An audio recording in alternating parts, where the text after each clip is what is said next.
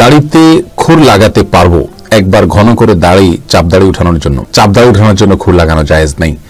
আমাদের অনেক ভাইরা আছেন যাদের দাড়ি হয়তো অল্প আছে, তিনি দাড়িটা যাতে বেশি হয়, ঘন হয়, মোটা হয়ে ওঠে, এই জন্য বারবার শেভ করেন। তার উদ্দেশ্য হলো দাড়িটা যাতে ভালো করে ওঠে তারপরে রাখবেন, অর্থাৎ এর শেভটা ভালো উদ্দেশ্যে করা হয়ে থাকে। তো উদ্দেশ্য ভালো হলে কি হবে, পদ্ধতিটা ভালো না। মনে রাখবেন, উদ্দেশ্য ভালো হলেই সবসময় কাজ ভালো হয় না।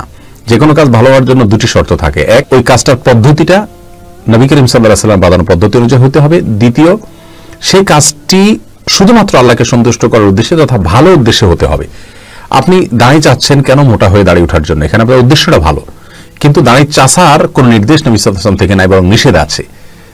এই অর্থে যে তিনি নির্দেশ করেছেন আফুল্লুহা, তোমরা দাড়িকে ছেড়ে দাও, লম্বা করো, আর খুল্লুহা।